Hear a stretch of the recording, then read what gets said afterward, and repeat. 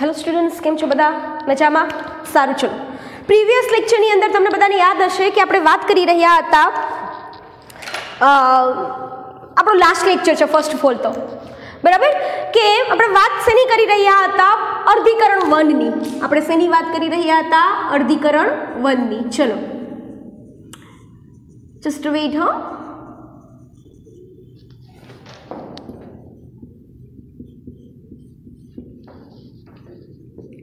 આપણે વાત પહેલા કેની કરી રહ્યા હતા? અર્ધીકરણ 1.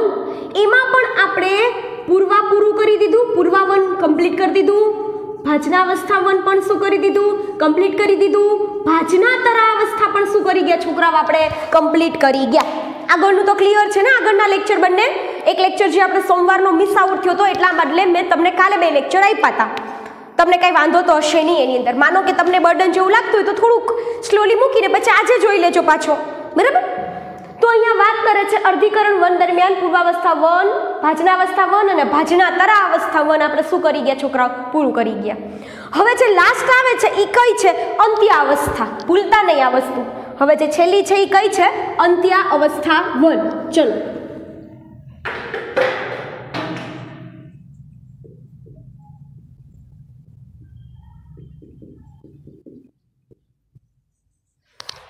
કઈ આવે છે? અંત્યાવસ્થા 1. શું થાય અંત્યાવસ્થા 1 ની અંદર? તો કે અંત્યાવસ્થા 1 છે, બરાબર, ઈ આવે ને એની પહેલાની સિચ્યુએશન યાદ કરો. એની પહેલાની સિચ્યુએશન કંઈક આવી હતી કે અહીંયા એક જ બતાવું છું એટલે તમને મારે સમજાવવું હોય તો વાંધો ન આવે. આવી રીતના એક ઉપરની બાજુ ને એક નીચેની બાજુ, એવી રીતના રંગસૂત્ર શું થઈ ગયા હતા? વયા ગયા હતા. જો તમને પૂર્વાવસ્થા આવડતું હશે ને એટલે તમને આવડી જશે, કેમ કે ટોટલી પૂર્વાવસ્થાના વિરુદ્ધમાં કોઈ હોય તો યા છે. ટોટલી પૂર્વાવસ્થાના જે વિરુદ્ધમાં હોય તો એ કોણ છે? આ છે. એની અંદર તમારે ખાસ યાદ રાખવાનું છે છોકરાઓ, બરાબર? આ હું રિમૂવ કરું છું અને હવે હું તમને એની બેયની ફિગર આપીશ, તમે ભૂલતા નહીં. તો કે તમારે કહેવાનું છે કે આંતરાવસ્થા 1 દરમિયાન કોષ કેન્દ્ર પટલ તેમજ કોષ કેન્દ્રિકા ફરીથી નિર્માણ પામે છે.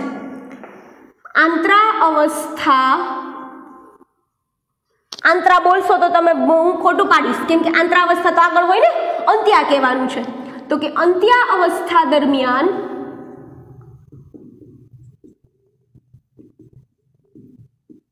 કોષ કેન્દ્રિકા, મેં કીધું ને ઓપોઝિટ આવે, કેમ કે કોષ કેન્દ્ર પટલ અને કોષ કેન્દ્રિકા બે લુપ ક્યાં થઈ ગયું હતું? ક્યારે થઈ ગયું હતું? એના આગળના ફેઝમાં. તો આ તબક્કા દરમિયાન પાછું શું થશે? આવી જશે. એટલે કે છે કે આ અવસ્થા અંત્યાવસ્થા 1 દરમિયાન કોષ કેન્દ્રિકા અને કોષ કેન્દ્ર પટલ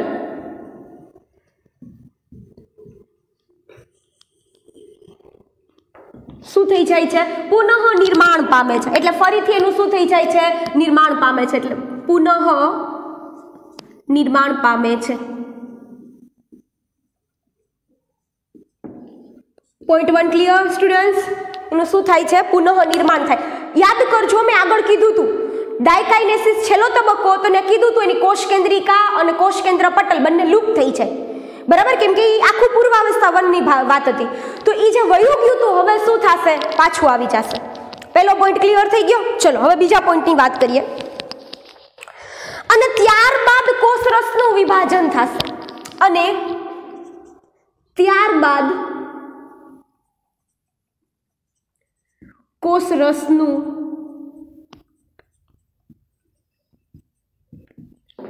શું થાય છે? વિભાજન થાય છે. હું તમને આખી ફિગર આપી દઈશ એટલે ખ્યાલ આવી જશે, બરાબર? અને કોષની આ અવસ્થા છે ને, કોષની જે આ અવસ્થા આવી કે જ્યારે એક જ કોષની અંદર આવી સ્થિતિ, હું હમણાં ડ્રો કરું નહીં, તમારે ડબલ મહેનત કરવી પડશે. કોષની આ અવસ્થા આવી તો આ અવસ્થાને કોષદ્વિક કહેવાય. કોષની આ અવસ્થાને શું કહેવામાં આવે? કોષદ્વિક.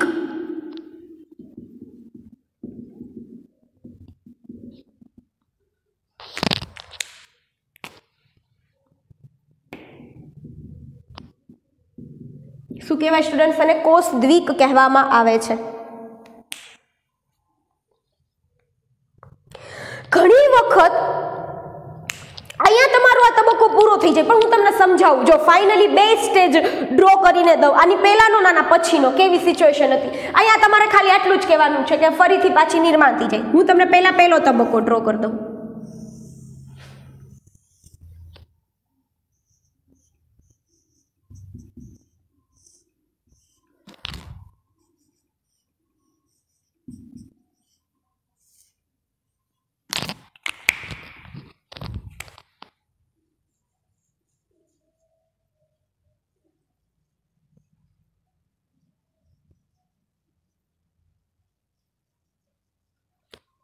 આ ટાઈપની કોઈ સિચ્યુએશન હતી. બાકી તો તમને ખબર જ છે, મેં અહીંયા ડ્રો કર્યું હતું, એ મને કાલવાળું યાદ નથી. અહીંયા લીધું હતું કે અહીંયા લીધું હતું, એક આ બાજુ લીધું હતું, એવી રીતના તમને કંઈક આપ્યું હતું. એક ભાગ આનો થોડોક રંગસૂત્રનો થોડોક ભાગ આમાં આવી ગયો હોય, આનો થોડોક ભાગ આમાં આવી ગયો, આવી કંઈક વાત આપણે થઈ હતી. આવી સ્થિતિ હતી. હવે જ્યારે આ અંત્યાવસ્થા બનાવશે ને, આ ગઈકાલની ફિગર હતી. બાકી અહીંયા એનું અંદરથી ત્રાક તંતુઓ તો નીકળતા જ હોય બીજા બધા, એટલે એ તો તમારે બતાવવાના જ છે. પણ બીજી ફિગરમાં તમારે શું જોવાનું, જોજો.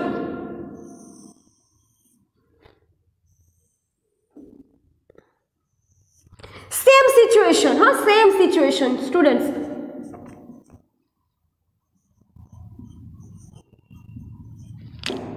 પણ હવે શું થશે, જો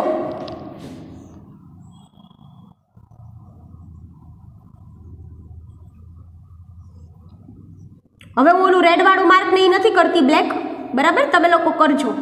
હવે એવું કહે છે કે કોષ કેન્દ્ર પટલ અને કોષ કેન્દ્રિકા પાછી આવી જાય તો એ આની ફરતે વાત કરે છે. આમ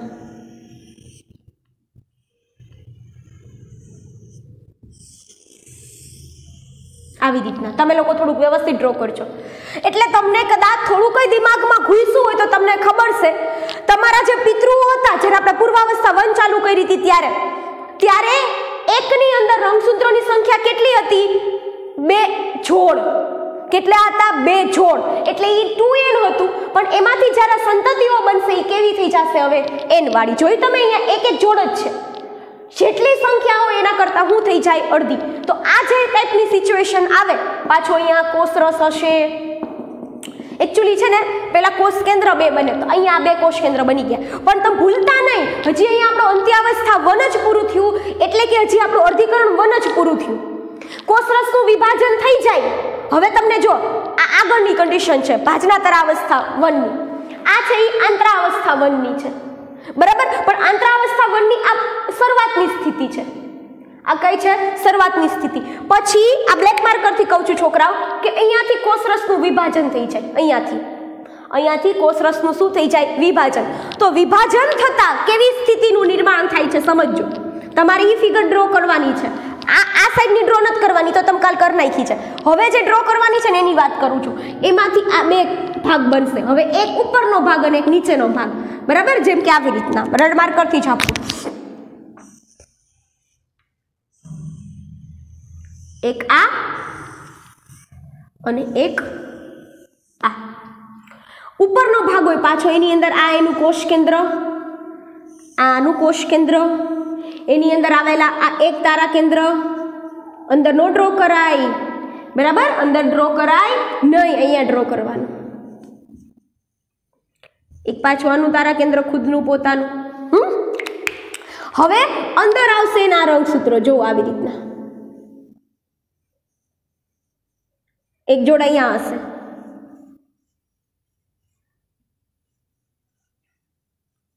આવી રીતના. સમજાઈ ગયું? તો હવે ઓલું 2n હતું, મેઇન જ્યારે ચાલુ થયું હતું ત્યારે 2n હતું, અને જ્યારે અર્ધીકરણ 1 પૂરું થશે ને તમારું, અહીંયા આ વર્ધીકરણ 1 શું થઈ ગયું? પૂરું. અહીંયા પોતાનું પાછું ખુદનું કોષરસ.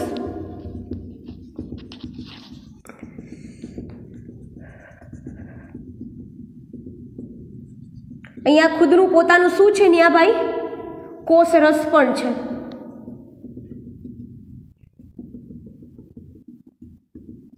ચલો, નાવ ક્લિયર? આટલું સમજાઈ ગયું કે નહીં થયું? હજી અહીંયા તમારું આટલું જ પૂરું થયું છે. 2n માંથી n અને n. હજી મેં તમને શીખવાડ્યું છે ખાલી અર્ધીકરણ 1. સમજાણું કે આ એક કોષ મોટો ને આ મોટો ના નાનો ને એવું ન થાય. આ બંને સરખા જ હોય, થોડાક માપમાં વ્યવસ્થિત રીતે ડ્રો કરી નાખજો. ઓકે, આ એક બની ગયો અને એક આ બીજો બની ગયો, વચ્ચે કોષરસનું વિભાજન થઈ ગયું. ક્લિયર થઈ ગયું છોકરાઓ? તો હવે થોડાક આપણે આગળ વધીએ.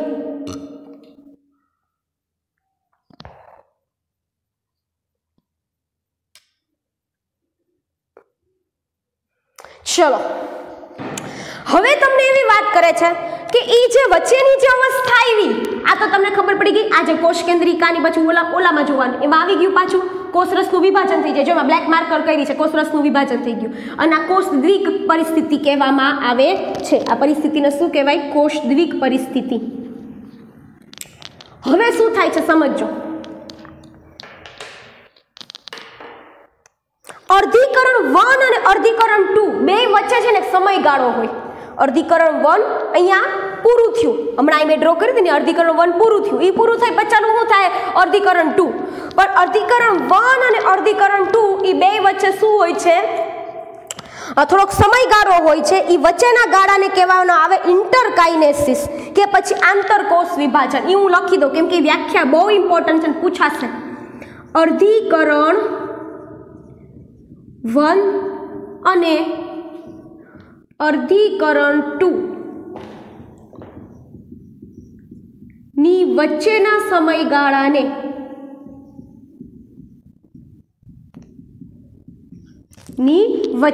સમયગાળાને ઇન્ટરકાઇનેસિસ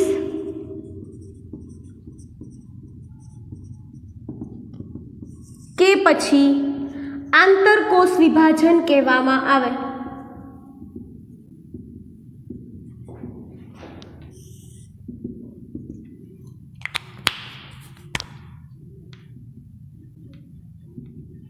સમજાઈ ગયું કે ન સમજાણું? હજી તમારું અર્ધીકરણ 1 જ પૂરું થયું. અર્ધીકરણ 2 તો તમને બધાને આવડે જ છે, ઈઝી છે. અર્ધીકરણ 2 તો આપણને બધાને આવડે છે, ઈઝી જ છે. તો અર્ધીકરણ 1 અને અર્ધીકરણ 2 એ બે વચ્ચે જે સમયગાળો હોય, બરાબર, એને શું કહેવામાં આવે છે? ઇન્ટરકાઇનેસિસ કે પછી આંતરકોષ વિભાજન. તમારા મગજમાં જો અહીંયા વિભાજન બે વાર થાય છે, પરંતુ કોઈ દિવસ એવું ન માનતા કે તમે હવે શું કરશો. માનો કે જો તમને યાદ હોય તો એક અહીંયા મેં ડ્રો કર્યો તો ને એક અહીંયા ડ્રો કર્યો તો, તમે આનું બેનું આપણે આગળ વધારવાનું છે. સમજાણું? આ હવે n અને n વાળા થઈ ગયા. એકચ્યુઅલી હવે આમાંથી પાછું n n n અને n આમ બનશે. તો હજી આપણે આમાંથી બેમાં n અને n n. ઘણા છોકરા કહેશે તમે તો અર્ધીકરણમાં અડધું થવાનું કીધું હતું. હું ખાલી અર્ધીકરણ 1 માં જ અડધું થવાનું કીધું હતું. અર્ધીકરણ 2 માં જેમ તમે પૂર્વાવસ્થા, ભાજનાવસ્થા જેમ તમે સમવિભાજનની ભણ્યા હતા એવું જ અહીંયા થશે. એટલે તમારા મગજમાં છેલ્લી ફિગર આ બે એકદમ ક્લિયર રાખજો, બરાબર, જેથી કરીને આપણે એને આગળ વધારી શકીએ. ક્લિયર? હવે હું આટલું રિમૂવ કરી નાખું, પછી આપણે અર્ધીકરણ 2 માં આગળ વધીએ.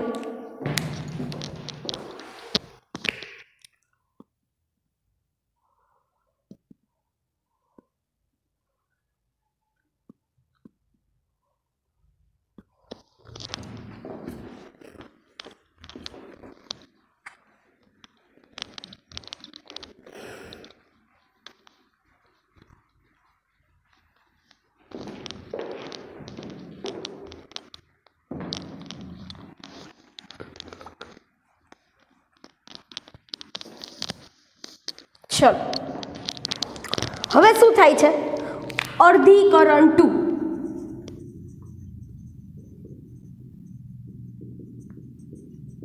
હવે કોણ આવે છે? અર્ધીકરણ 2. અર્ધીકરણ 2 ની કઈ અવસ્થા લખીશું પેલા? પૂર્વાવસ્થા 2. ખ્યાલ આવે છે ને? મેં આગળ પણ કીધું હતું, એ કઈ છે? પૂર્વાવસ્થા 2. તો આ ઓલી પૂર્વાવસ્થા આવડે ને એની જ લખી નાખવાની અહીંયા, બીજું કાંઈ નહીં. શું કીધું? કોષરસના વિભાજન સાથે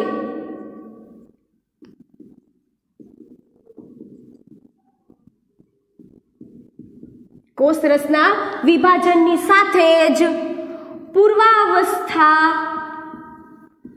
2 ની શું થઈ જાય? શરૂઆત થાય છે. પૂર્વાવસ્થા 2 ની શું થઈ જશે? શરૂઆત થાય છે. સમજો અહીંયાથી. ક્લિયર આટલી વસ્તુ? હવે શું કહે છે? આ તબક્કા દરમિયાન રંગસૂત્રો છે એનું શું થતું હશે? તો કે રંગસૂત્રો છે ઈ ઓલામાં જેમ થતા હતા, પરંતુ આમાં બહુ પહેલા રંગસૂત્રો બહુ લંબાયેલા હોતા નથી. આ દરમિયાન રંગસૂત્રો પહેલા તમારે એક સેન્ટેન્સ બીજા કરતા અલગ છે, ખૂબ જ દેખાવાની શરૂઆત થઈ જાય, ખૂબ જ લંબાયેલા હોતા નથી, એટલું યાદ રાખજો. હવે ઓલામાં હું કીધું તું તમે, કોષ કેન્દ્રિકા અને કોષ કેન્દ્ર પટલ લુપ્ત થઈ જતું હતું, સેમ અહીંયા લખો. આ તબક્કા દરમિયાન કોષ કેન્દ્રિકા અને કોષ કેન્દ્ર પટલ શું થઈ જાય? લુપ્ત થાય છે.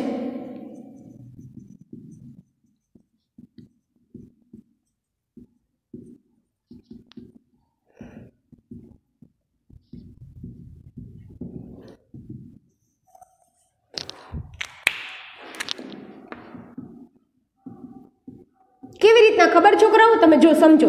હવે છે ને આ આપણે સરખી મગજમાં ફિગર મૂકવાની છે. હા, એક આ હશે સ્થિતિ અને બાજુમાં એની નીચે બીજી છે, ડ્રો કરું છું. એક આ સ્થિતિ છે, આ બંને સ્થિતિ છે તમારી પાસે. પહેલાની આ જે ચાલુ નથી થઈ એની પહેલાની સ્થિતિ કંઈક આવી છે કે વચ્ચે આવી રીતના કોષ કેન્દ્ર છે અને એના એક જોડ રંગસૂત્ર છે.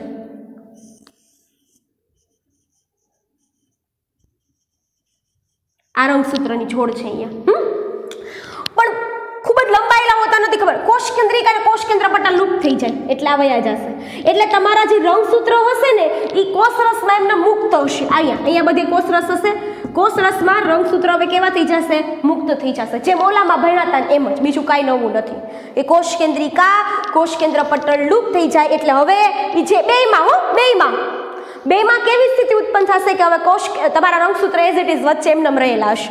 કોષરસમાં મુક્ત, કોષરસમાં શું થયેલા હશે? મુક્ત થયેલા હશે. સમજાઈ ગયું? ચલો હવે શું થાય જુઓ. આ ભલે રહ્યું. હવે તમને કહે છે ભાજના અવસ્થા 2 દરમિયાન શું થાય?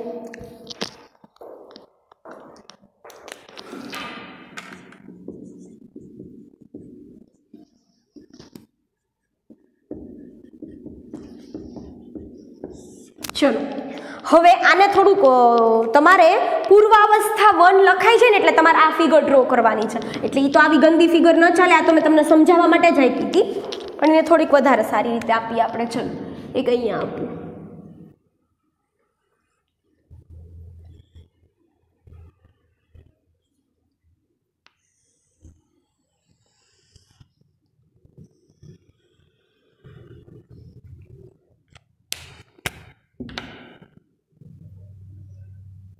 હવે આ લુપ્ત થઈ ગયું એટલે એ લુપ્ત થઈ ગયું એટલે હવે હશે નહીં, પણ રંગસૂત્રો ચોક્કસ હશે.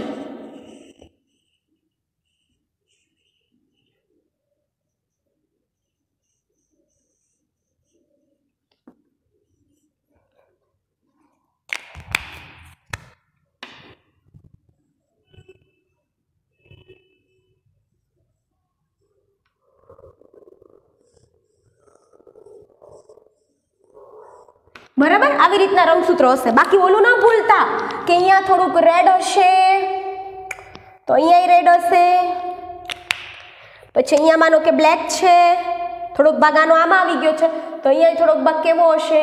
બ્લેક હશે. બરાબર, આટલી તો તમને બધાને ખ્યાલ જ છે. આમાં કોઈને કોઈ પ્રકારનો પ્રોબ્લેમ હશે નહીં. એક વસ્તુ હજી યાદ રાખવાની છે, આ શું હશે? એનું એક બાજુનું અહીંયા તારા કેન્દ્ર આવેલું હશે.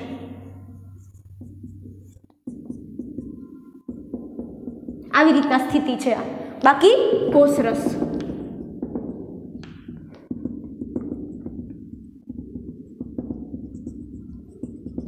આ તમે આ લખાય છે એટલે આ ફિગર ડ્રો કરો છો. અત્યારે એમને કોષ કેન્દ્રિકા કોષ કેન્દ્ર પટલ લુપ્ત થઈ ગયું. હવે ભાજના અવસ્થા 2 દરમિયાન શું થાય? તો તમને બધાને શું શીખડાવ્યું છે મેં કે ભાજના અવસ્થા 2 દરમિયાન રંગસૂત્રો છે શું થશે?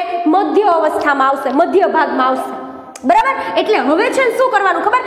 આ એકને અહીંયા બતાવવાનું ને એકને અહીંયા બતાવવાનું. એટલે અત્યારથી જ બતાવી દઉં તોય ચાલે. એક આમ જોડાણ પામતું હશે આવી રીતના.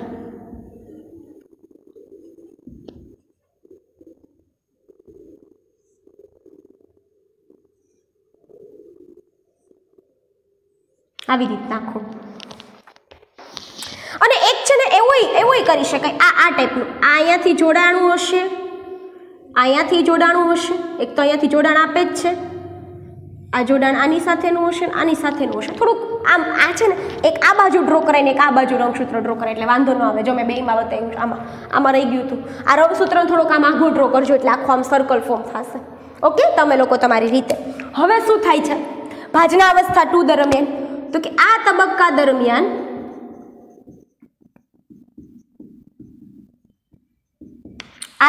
દરમિયાન શું થાય છે કે રંગસૂત્રો ક્યાં આવે છે? વૃષુવૃત્તીય તલ ઉપર આવે છે.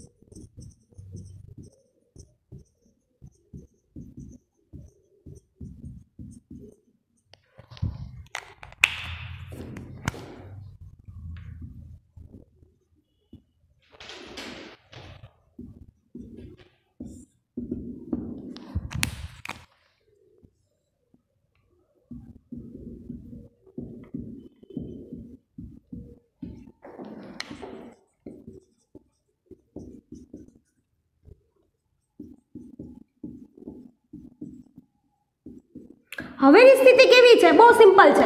આમાંથી જે સૂક્ષ્મ નલિકાઓ હતી ને નીકળી દેખાય છે તમને, એ એમનામ હતી. હવે એને ક્યાં લઈ આવશે? મધ્યમાં. તો હું આની ફિગર ડ્રો કરું છું અને એક આની ફિગર ડ્રો કરું છું. જુઓ,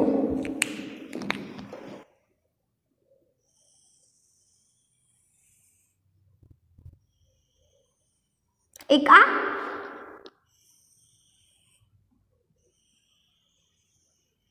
ચલો, this is a quite bigger one.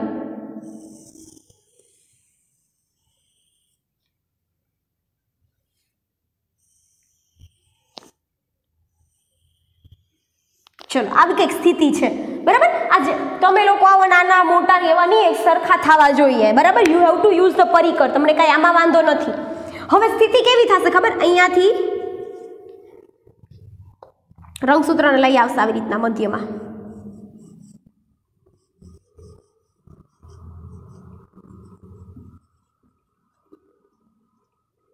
એકને અહીંયાથી જોડશે, અહીંયાથી જોડશે, અહીંયાથી જોડાણ, અહીંયાથી જોડાણ. બાકી તો તમને બધાને આ તો સ્થિતિ ખબર જ છે, બરાબર. હા, પણ અહીંયા સૌથી તમે કહેશો મને બધું સરખું જ થાય છે, પણ આ ભાગ ઇમ્પોર્ટન્ટ છે ને ભાઈ, આ ભાગ, બરાબર.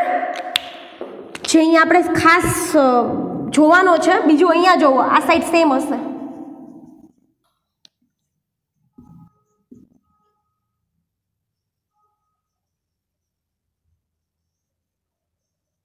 બરાબર. તો ઈ પણ એને ક્યાં લઈ આવશે? અહીંયા મધ્યમાં.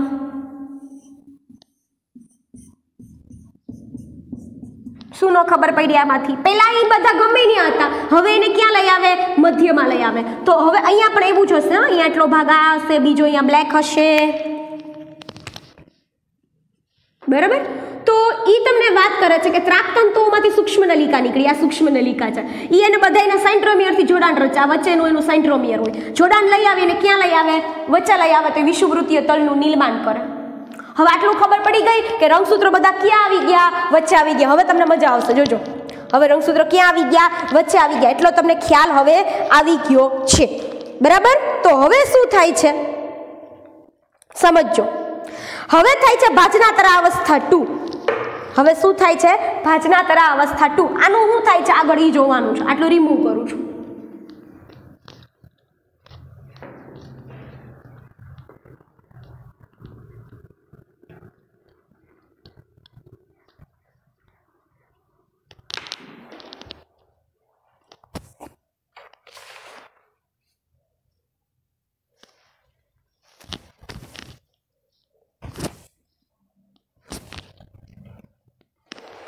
ચલો, હવે તમને કહે છે ભાજનાતરા અવસ્થા 2.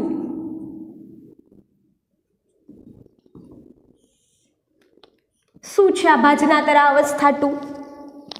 તો કે ભાજનાતરા અવસ્થા 2 ની અંદર શું થાય છે? તો કાંઈ નહીં, દરેક રંગસૂત્રના જેના સેન્ટ્રોમિયરથી જોડાણ પામેલું હતું તે હવે વિભાજન પામી અને ક્રમશઃ વિભાજન પામી અને પાછું તે શેમાં થઈ જશે? અલગ અલગ ધ્રુવો ઉપર જશે. આ છે ને એમાંથી એક આમ આની બે રંગસૂત્રિકાઓ આમ જાય, આની બે રંગસૂત્રિકાઓ નીચે જાય, આની આમ જાય, આની આમ જાય.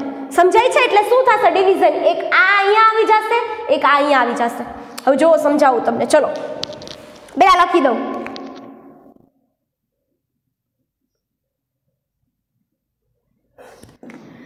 સેન્ટ્રોમિયરનું વિભાજન થાય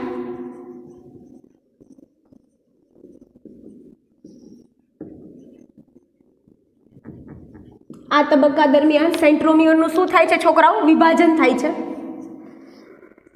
રંગસૂત્રિકાઓ તેની સાથે જોડાઈને અલગ અલગ ધ્રુવો તરફ, અલગ ધ્રુવની વિરુદ્ધ ધ્રુવો તરફ ખસે છે.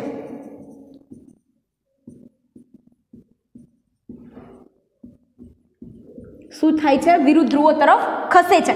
એટલે એક અહીંયાથી જો હવે શું કરવાનું? આનું ડિવિઝન કરી નાખવાનું આમ. તો એક રંગસૂત્રિકા આ બાજુ આવશે, એક રંગસૂત્રિકાની પેર ઉપરની બાજુ. આનું ડિવિઝન કરી નાખો, એક આ બાજુ ને એક આમ બાજુ. બરાબર? એટલે હવે તમને તમારા મગજમાં ક્લિયરલી ઘૂસી જવું જોઈએ. બરાબર? કે આમ એમાંય કરી શકાય. એક આ ભાગ છે, આ બાજુ આવી જાય, એક ભાગ ઉપરનો ઓલી બાજુ આવી જાય, આમ વહી જશે, આખું નીચે આવી જશે. બટ ચલો આની આ જ ફિગરને આપણે હવે ઈ સ્ટેજમાં દર્શાવી હોય તો કેવી રીતના દર્શાવશું? થોડુંક આને ઇલોબરેટ કરી દેવાનો આ ભાગ ઉપરથી. ચલો કરી દો. હા,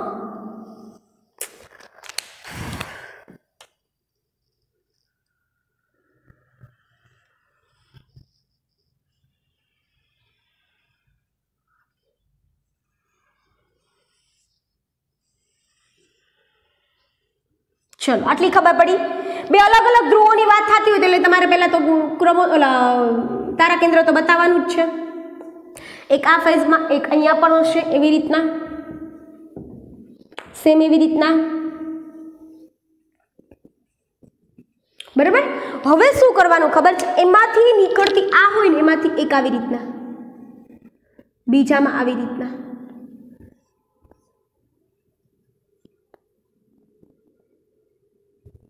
એ આખું આમ થયું હોય. બરાબર? તો આ છે ને એને તમારે બરાબર જ હતું આમ તો આમ. ચલો આવી રીતના આખું. બરાબર? સમજાઈ ગયું? સેમ અહીંયા સેમ સિચ્યુએશન હશે.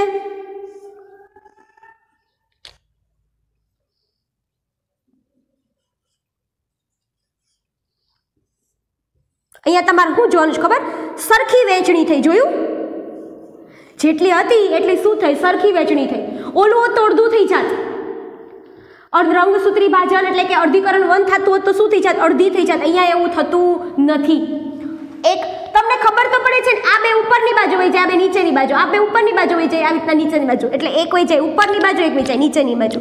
આ સિચ્યુએશન અને કોસ રસ્તો છે જ પાછો. જો આ ટાઈપની કોઈ સિચ્યુએશન ઊભી થાય કે ઉપરના રંગસૂત્રિકાઓ નીચે, નીચેની આ બાજુ, તો એવું ક્યાં થાય છે? હંમેશા ભાજના તરાહ અવસ્થા 1 દરમિયાન. ક્યાં થાય છે? ભાજના તરાહ અવસ્થા 1 દરમિયાન. Clear students? કે કઈ વાંધો છે આની અંદર? ચલો હવે તમારી આ સિચ્યુએશન આવીને ઊભી રહી ગઈ છે આવી રીતના બે. હવે તમને એટલી તો ખબર પડે ને, નો લખું તોય લખી દઉં તોય અંત્યાવસ્થા 2. હવે શું થાય કે કોષ કેન્દ્રિકા અને કોષ કેન્દ્ર પટલ શું થાય? પુનઃ નિર્માણ પામે. એ શું થાય ને? પુનઃ નિર્માણ પામે. થોડીક કોમન સેન્સ વાપરો છોકરાઓ. એક આ બાજુ, એક આ બાજુ. બરાબર? એટલે એક વસ્તુ તમારે ધ્યાન એ જ રાખવાનું છે ખાલી, બીજું કંઈ તમને આમાં વાંધો પડશે નહીં. પાછું આમ આવું એના પછીની સ્થિતિની વાત કરું છું. તમે લોકો આ ટાઈપની ફિગર ડ્રો કરી શકો. હું ડાયરેક્ટ લાસ્ટમાં જે ફિગર આવે ને એ ડ્રો કરાવું છું. આ જે થઈ ગઈ ની અંત્યાવસ્થા 1 ની તમે પહેલા ડ્રો કરજો, આ પછીની સર્કલમાં મૂકજો એટલે તમારી અંત્યાવસ્થા 2 ની ફિગર શું થઈ જાય? કમ્પ્લીટ થઈ જાય. સમજાય છે? જેથી કરીને તમારે અંત્યાવસ્થા 2 ની ફિગર શું થઈ જાય? કમ્પ્લીટ થઈ જાય. હવે જોજો, જેવું અંત્યાવસ્થા 1 છે એ પૂરું થાય એટલે કોષરસનું વિભાજન થઈ જાય. એટલે એ આમાંથી 2, પાછા આમાંથી 2. એટલે ફાઇનલી તમને મારે રિમૂવ કરવું જ પડશે. આ ટાઈપની સિચ્યુએશન આવશે. જોજો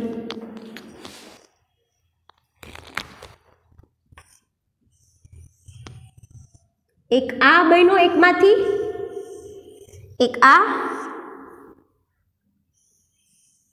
એક આ, એક આમ, બધા સરખા જ બને. અને આની અંદર તમને ખાસ કરીને જોવા મળશે એન એન.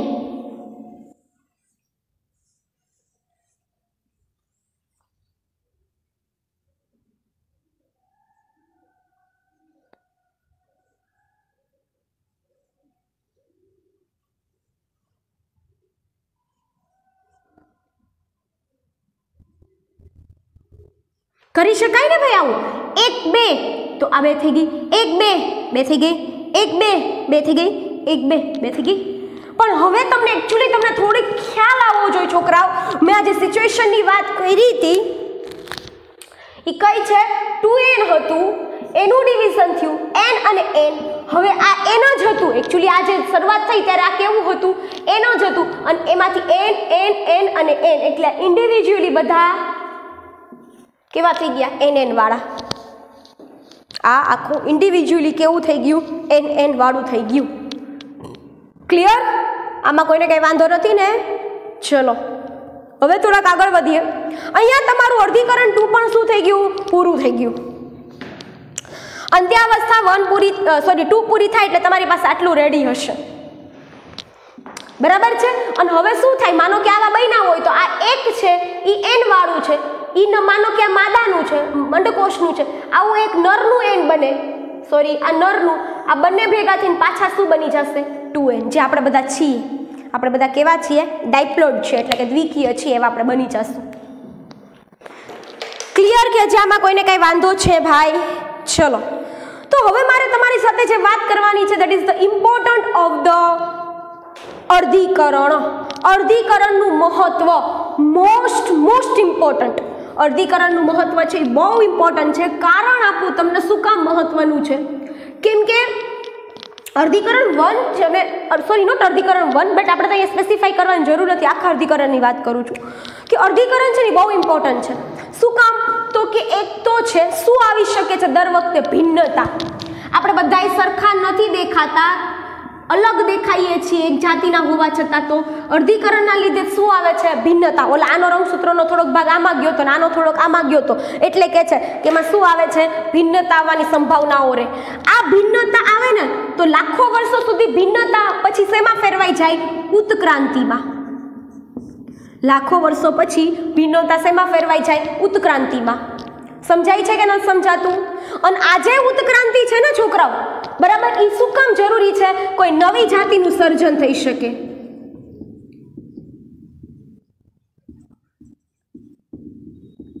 જેના લીધે શું થઈ શકે? કોઈ નવી જાતિનું સર્જન થઈ શકે. એક ઇમ્પોર્ટન્ટ આ થઈ ગયું, ભિન્નતા આવે જેથી બધા સરખા ન દેખાઈએ. બીજું ઉત્ક્રાંતિ થાય, જે પણ સારી બાબત છે. અને ત્રીજો પોઈન્ટ તમને કહે છે પેઢી દર પેઢી રંગસૂત્રોની સંખ્યા જળવાઈ રહે. આ હું તમને સરખી રીતના સમજાવું. એ શું વળી? બરાબર? તો એ તમને એવું કહેવા માંગે છે છોકરાઓ કે માનો કે તમે એમ કે મેડમ બધામાં સમવિભાજન થતું હોત તો આ 23 જોડવાળો અંડકોષ, આ 23 જોડવાળો શુક્રકોષ, બંનેનું જોડાણ થાય તો 46 જોડ થાય. હવે આમાં આ સજીવ પાસે જે નવું ફલિતાંડ બનશે એની પાસે 46 જોડ રંગસૂત્ર હશે. આપણી પાસે ટોટલ કેટલા છે? 23 જોડ. હવે આ 46 વાળો પાછો બીજા કોઈ 46 જોડ વાળા આઈ રહે પ્રજનન કરે તો કેટલા થાય? 40 ને 80 ને 90 ને વધી જાય, 92 જેવું કંઈક થઈ જાય. એવું થઈ જાય ને? હા, 92 થઈ જાય. હે તો આના સંતતિ પાસે 92 જોડ હશે. આવું લાગે તમને પેઢી દર પેઢી સંખ્યા વધે કોઈ દિવસ રંગસૂત્રની? આપણા પેરેન્ટ્સમાં જેટલા રંગસૂત્ર છે એટલા જ રંગસૂત્ર આપણી પાસે છે. કારણ કે પહેલા જે હતું 23 જોડ, આ બાજુ 23 જોડ હતું, તો જ્યારે અંડકોષો અને શુક્રકોષો એમાં 23 જોડ ન હોય, બરાબર. એમાં 11 પ્લસ એક્સ અને એક્સ, કા 11 પ્લસ એક્સ અને વાય આવી કોઈક સ્થિતિ હશે. આવી એક્સ એકચ્યુઅલી એક્સ એક જ હોય. એક તો આ બંનેનું જોડાણ થાય, બાળકો આ બંનેનું, તો શું થશે? 22 પ્લસ એક્સ અને એક્સ, તો આ ફલિતાંડ બન્યું કહેવાય. તો આમ પેઢી દર પેઢી રંગસૂત્રોની સંખ્યા જળવાઈ રહે, ભિન્નતા આવે, બરાબર, અને પ્લસ શું થાય, ઉત્ક્રાંતિની સંભાવનાઓ પણ શું થાય, વધે. ક્લિયર? અહીંયા તમારું ચેપ્ટર શું થઈ ગયું, પૂરું થઈ ગયું. નવા લેક્ચરમાં પાછા મળશું નવા ચેપ્ટર સાથે. Okay, thank you.